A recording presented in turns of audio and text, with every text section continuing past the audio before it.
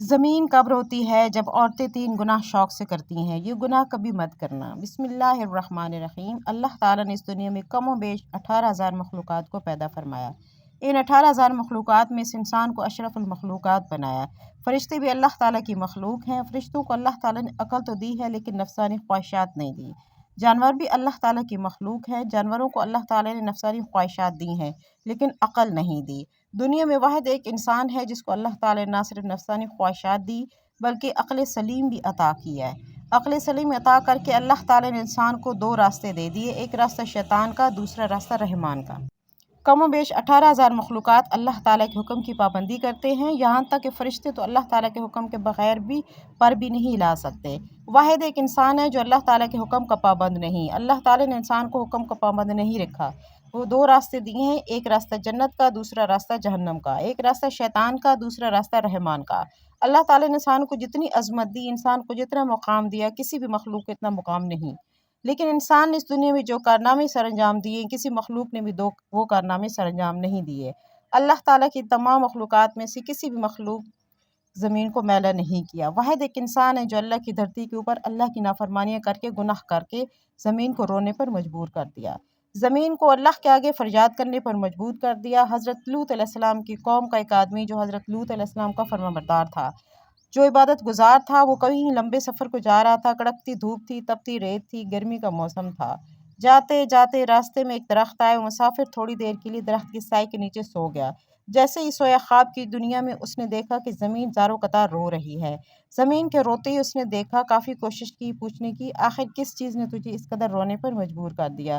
زمین نے کہا، تو اپنے رہبر سے جا کے پوچھ لینا، مطلب کہ اپنے نبی سے جا کے پوچھ لینا، حضرت لوط علیہ السلام سے جا کے پوچھ لینا کہ میں اتنی زار و قطار کیوں رو رہی ہوں۔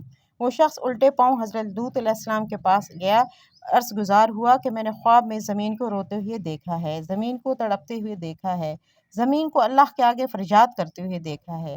میں وجہ پوچھنا چاہتا ہوں کہ آخر زمین کیوں رو رہی تھی؟ یہ سنتے ہی حضرت لوط علیہ السلام کی آنکھیں چھم چھم برسنے لگیں۔ آپ علیہ الصلوۃ والسلام رو کر کہنے لگے کہ میری قوم کے گناہوں نے اللہ کی پاک زمین کو ناپاک کر دیا، میری قوم کے گناہوں نے اللہ کی زمین کو رونے پر مجبور کر دیا، اللہ کے آگے فریاد کرنے پر مجبور کر دیا۔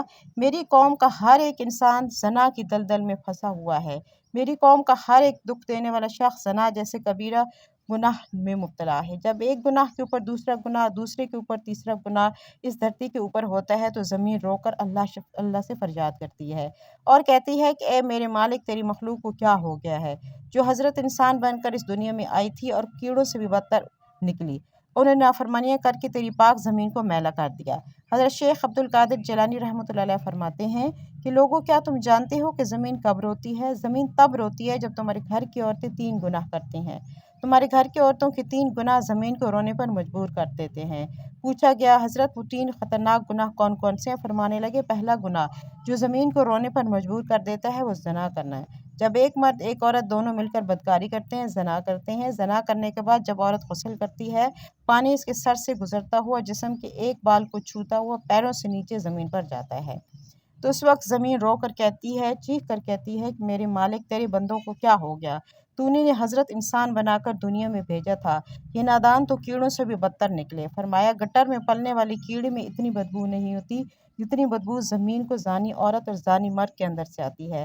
جب زانی عورت زانی مرد غسل کر رہے ہوتے ہیں، اس وقت ان کے جسم کا ایک ایک بال ان پر لعنت کر رہا ہوتا ہے، ان کے ہاتھ ان پر لعنت کر رہے ہوتے ہیں، ہاتھوں کی انگلیاں، ان کی زبان، ان کے جسم، ایک ایک بال ان پر لعنت کر رہا ہوتا ہے۔